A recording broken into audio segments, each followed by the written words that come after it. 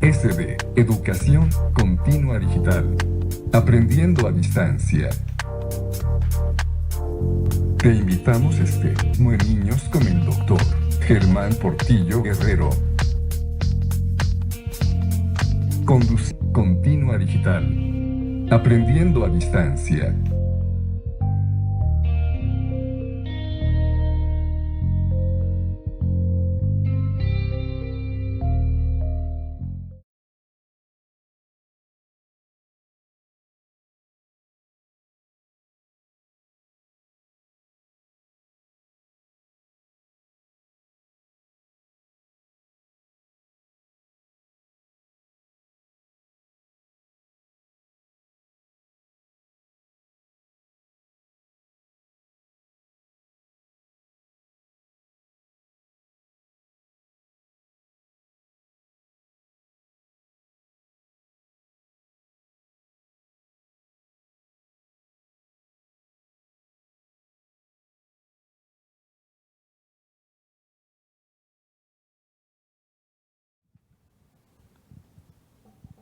Muy buenas tardes tengan todos ustedes. Después de este regreso de vacaciones administrativas de la UNAM, es un gusto estar otra vez en sala de videoconferencia Portillo con nosotros. Hola, doctor, ¿cómo está? Muy bien, muchas gracias por la invitación. No, ¿de qué, doctor? Y me gustaría hablar un poquito de todo el currículum que él tiene, pero antes mencionarles que, bueno, en el fondo lo que tenemos es el Universum. Es realmente uno de los... Este viene siendo el que precede a lo que fue el Museo Tecnológico de la Comisión Federal de Electricidad, que está dentro de Ciudad Universitaria y, bueno, siempre cuenta con 13 salas, las cuales tienen una temática. Doctor Germán nos viene a platicar un poquito de bruxismo en niños. Así es. Y como yo les había dicho, quisiera hablarles un poquito del doctor Germán.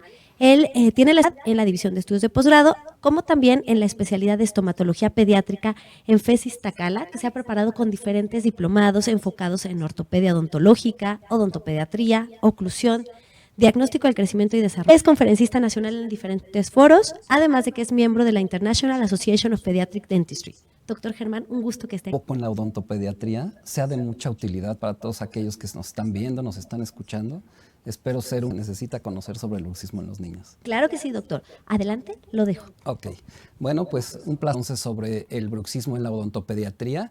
Y para empezar, yo quisiera platicarles un poco sobre la introducción, la importancia del bruxismo en los niños.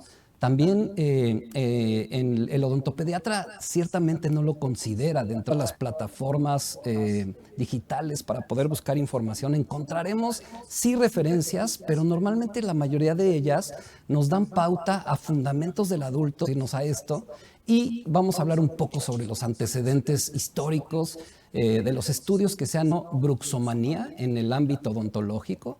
Posteriormente, en 1931, Frohman introdujo como bruxomanía en vigilia y bruxismo nocturno. Él le da dos términos, donde él hace un estudio de 2.100 niños, de los cuales el 29.5% de este grupo estudiado disfunción temporomandibular.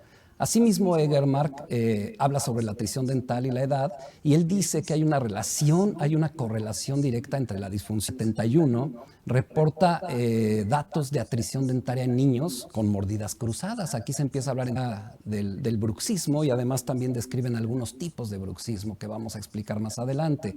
Ricketts en el 69 define dos características específicas sobre el bruxismo que también mencionaremos más adelante. Posteriormente, en el 82, Gibbs reporta una relación en el conocimiento del bruxismo. Bushino reporta el síndrome de Rett, haciendo saber que el bruxismo puede ser un signo patognomónimo de este síndrome. Más adelante, otros autores, como Jones en el 93, reporta también datos de dolores de cabeza en niños bruxistas de 3 a 5 años tratados con guardas médicas para tratar el bruxismo en niños con dentición primaria. Alamoudi, italiano, en 2001 reporta una correlación entre parafunción, disfunción temporomandibular en niños, aunado a desórdenes. Es importante entender que una problemática que se presenta en los adultos nunca será igual en el niño porque el sistema es totalmente diferente. Los niños no tienen bocas chiquitas, eso es algo que debemos de entender. Históricamente, la prevalencia del bruxismo en niños ha sido considerada normal. Algunos autores todo este tema. Shapiro y Bernalis relacionan el bruxismo con la agresividad reprimida, con la expresión inconsciente de gratificación oral y con la ansiedad consciente e inconsciente. Los niños reprimen esto y pueden generar el bruxismo. Wisder habla de una respuesta exagerada a problemas. Y los niños nos falta de habilidad para expresar emociones como la ansiedad, la ira y odio y agresión, que era exactamente lo que yo les comentaba. Lindquist típica, si ustedes ven esta imagen, vean cómo se ven los desgastes atípicos.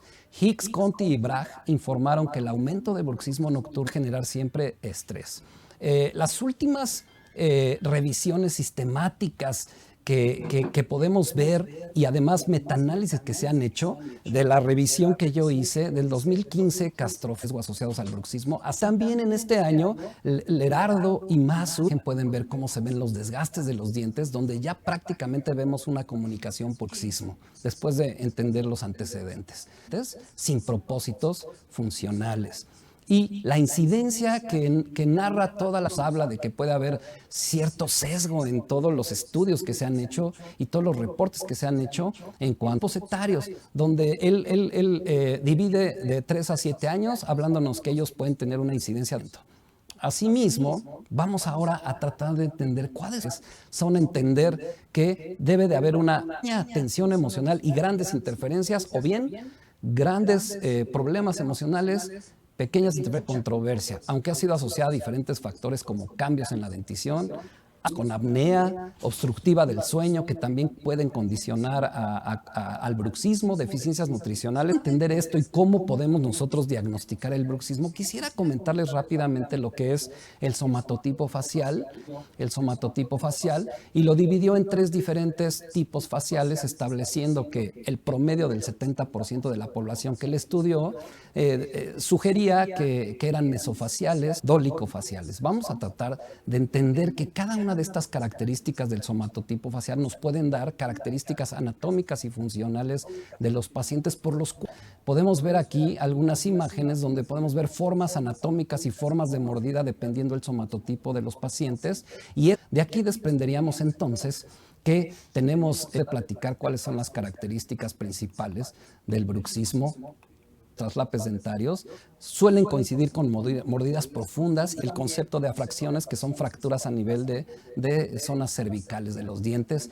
La característica anatómica de estos pacientes, donde ellos presentan deslizamientos en excursiones excéntricas, es decir, sus lateralidades son muy amplias, y un rango de función excesiva por tener sus estructuras más planas. Las eminencias articulares, las zonas condilares suelen ser más planas, porque las características clínicas que presentarán estos pacientes las podríamos definir a través de las condiciones del somatotipo facial.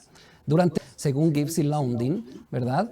Y también ellos han reportado que los contactos oclusales en masticación alcanzan alrededor de 4. También ellos mismos estudian cuáles son la fuerza de los contactos oclusales en deglución, que alcanza alrededor de 2.030 kilogramos. Entenderíamos que estamos hablando alrededor de 6.890 kilogramos por segundo al día. Los periodontales, como los tejidos de la articulación, músculos y demás, estarían diseñados y preparados para poderlos soportar en parafunción. Estudios de Clark sugieren que sobrepasa 3 veces más la logramos, estaríamos hablando que esto se triplicaría en una parafunción, estaríamos hablando alrededor de casi 20.000 kilogramos. Decíamos que hay algunos métodos para medir los contactos oclusales, entre ellos a través de la historia Linderholm, donde medía la fuerza de contacto dentario en niños, la fotoclusión. Gassit utilizó el doctor Fernández Pedrero inició este proyecto. En la Facultad de Odontología tenemos el medidor de fuerza digital que se proyecta en la universidad a partir de 2013 para poder medir algunas consideraciones especiales que tenemos que entender en el proceso del bruxismo y que ciertamente es un tema nervioso central para la determinación del bruxismo. Y se los voy a explicar de esta manera. El sistema reticular, estados del despertar, y estos se manifiestan a través de los estímulos que yo puedo ver, de los estímulos que yo puedo escuchar o que puedo pensar. Todos un poquito de un cerebro del reptil, porque por ahí se los dejo de esta manera: aquel que se enoja pierde, ¿verdad? Y cuando nosotros apretamos los dientes, entonces culado de tal manera con el sistema límbico.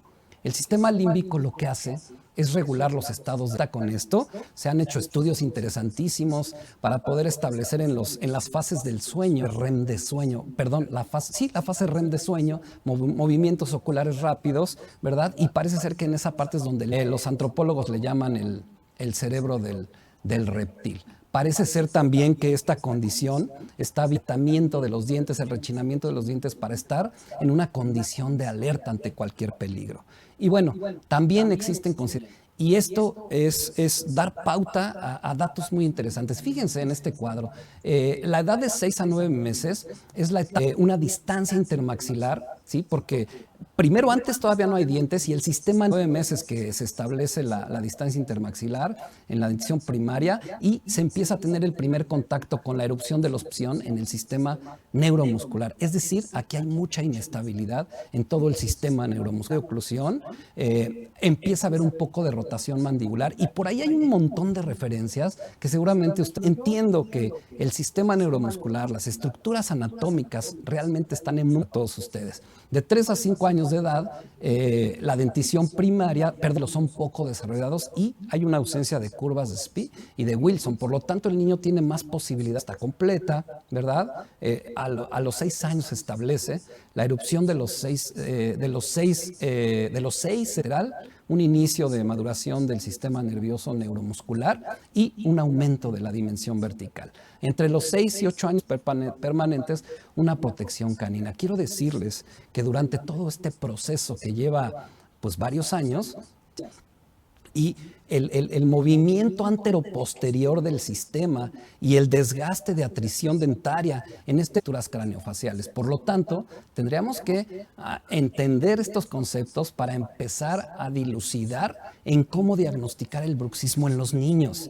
Vamos a entrar al bruxismo. Miren, milímetros en el desgaste de un niño tendría que empezar a sospechar que puede velocidad de ese desgaste. ¿En cuánto tiempo lo desgasta? De tal forma que esta dentición primaria, que dura cierto periodo de tiempo, que ha sido diseñada para funcionar, no tangible, numérico, podría ser valorar 3 milímetros, centímetros. Tenemos que hacer una valoración de la apertura bucal, tenemos que hacer una palpación de los músculos masticadores, tenemos que hacer una palpación, sintomatología cuando un paciente presenta bruxismo. Él hizo que la apertura bucal promedio en un niño en dentición primaria podía fluctuar aproximadamente de 22.2 milímetros y en el paciente para tratar de valorar si hay una restricción de apertura de mordida, porque a veces se pueden afectar los masticadores. Seguramente todos ustedes conocen cuál es el protocolo para poder hacer la palpación de los músculos. Hay cirugía en ellos. También debemos valorar los ruidos articulares del ATM, ¿verdad? Determinar si hay alguna afección en sus articulaciones. Continuamos con el diagnóstico y haciendo la determinación del somatotipo facial a través de los 5 valores principales para la determinación del BERT según Ricketts. Determinar si nuestros pacientes tienen un bruxismo céntrico o un bruxismo excéntrico y darle tratamiento como tal a cada uno de ellos. El mejor elemento auxiliar. Yo quiero platicarles esto rápidamente en estas imágenes. Si ustedes ven, si habláramos del bruxismo fisiológico, que yo en realidad entiendo por los dientes que es necesario que el niño lo realice para poder tener una mejor expresión del crecimiento, que menos de 3 milímetros de desgaste sería un dato que nos puede dar cierta sospecha. Acuérdense, lo raro está pasando en este niño. Causan procesos infecciosos y pueden causar problemas y alteraciones como el bruxismo y en todo de las características propias de cada paciente. Asimismo, vean este caso, vean esta nena, donde pueden ver ustedes el ser que pasa algo más allá de lo que puede ser fisiológico. Por lo tanto, entonces tenemos que aprender. Podemos darle clic al video.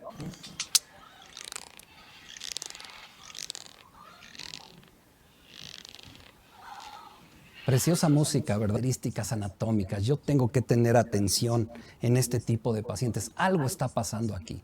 Yo tengo que hacer una evaluación. Yo tendría que hacer una evaluación minuciosa de qué está pasando en la parte emocionismo. En algún tiempo tuve la oportunidad de titular de maestría con esto. el sensor, y esto a su vez pasa a un programa, ¿verdad? Donde se puede ver a través de colores excelentes para hacer un buen diagnóstico. Donde lo primero que yo recomendaría es que cuando la mamá les diga no se preocupe, el niño, su niña, si no tiene ciertos desgastes, cierto rechinamiento en algún periodo del proceso, y que esto puede ser normal. Durante muchos años son los splints rígidos y flexibles. También por ahí se diseña, el paciente está dormido, suena una alarma y entonces te despiertas para tratar de intentar convertir lo involuntario en voluntario y dejar de hacerlo. Y me regreso rápidamente, no quiero que se me olvide decirles, y yo les quiero decir una cosa importante, y lo voy a dejar de tarea para todos ustedes, como el bruxismo y un apretamiento constante, si nosotros colocamos una guarda blanda, lo único que vamos a promover es la tendríamos que contraindicar porque él está siempre en un proceso de crecimiento y desarrollo. No podemos usar los mismos sistemas que usamos a tratar este tipo de problemas. Fíjense que también Nassani en el 2000 propone la utilización de una bolsa de sal, de agua con sal, donde el paciente al apretar dormido rompe esas bolsas. La bibliografía dadas, ¿verdad? Yo me atrevería entonces a hacer una propuesta. ¿Qué hacer con nuestros niños cuando tienen este tipo de problemas? Miento craneofacial de nuestros pacientes que nos favorezca a perder algo el contacto dentario y que es el problema e irlo corrigiendo. También otra propuesta podría ser tal vez las pistas planas. Debemos ir acompañando el crecimiento del paciente a la vez de ir contribuyendo a quitar estos signos y síntomas que el niño presenta. El biofeedback, que es una técnica utilizada para enseñar al paciente a autorregular voluntariamente ciertos procesos fisiológicos, temperatura de la piel, las ondas cerebrales, el ritmo cardíaco, el bruxismo como tal. Lo que se hace es que los psicólogos aquí nos ayudan en consciente y que esto pueda ayudarles por sí mismos a resolver su problemática. Creo yo que para terminar, no todo niño que rechina los dientes y desgasta los dientes va a ser bruxista, eso es algo bien importante. También es necesario, y atrás, lo único que vamos a poder hacer es utilizar paliativos para resolver el problema. Si el factor determinante es emocional, entonces debemos de ayudarnos entonces también a resolver la parte que nos corresponde a nosotros como especialistas. También es cierto que es importantísimo que tengamos muy bien el conocimiento del desarrollo de la oclusión afirmado, cambiantes cada minuto. Cada minuto. Esto hace que haya inestabilidad en los procesos de todo el crecimiento y que esto pueda ser factor de generar ciertos desgastes que a la par, ya dijimos, expresarse mejor.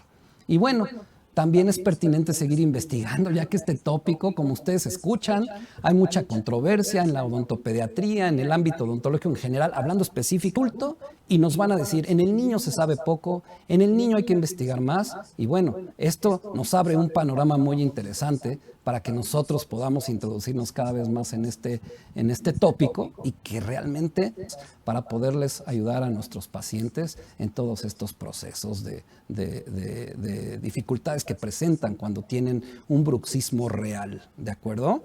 Así que gusto.